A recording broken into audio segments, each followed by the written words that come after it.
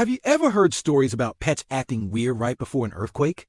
Or maybe you've seen videos of birds suddenly taking flight for no apparent reason, just moments before the ground starts to shake.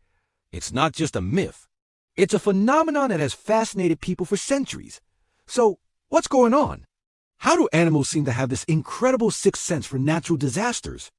Well, the truth is, it is less about a sixth sense and more about their five senses being far more advanced than ours. Let's start with vibrations. Long before we feel the big jolt of an earthquake, the Earth sends out tiny foreshocks called P waves. These primary waves travel much faster than the more destructive secondary S waves. We humans can't feel these P waves at all, but many animals can. Dogs, elephants, and even some insects have incredibly sensitive receptors in their paws, feet, or bodies that can pick up these subtle tremors in the ground. To them, it's like an early warning signal that something isn't right, and their instinct tells them to seek safety. But it's not just about feeling the ground shake. Other animals are tuned into different environmental cues.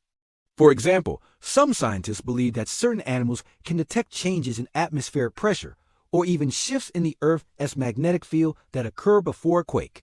Think about birds and fish. They are incredibly sensitive to these kinds of changes. A sudden shift might be enough to tell them that their environment is about to become unstable. Then there's the even more fascinating theory about electrical signals.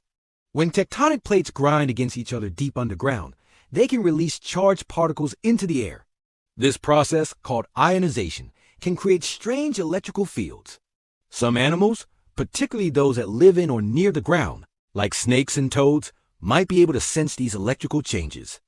This could explain why there are historical accounts of snakes suddenly emerging from their burrows in the middle of winter right before a major earthquake. They're not trying to predict the future. They're just escaping an environment that has become physically uncomfortable or alarming to them.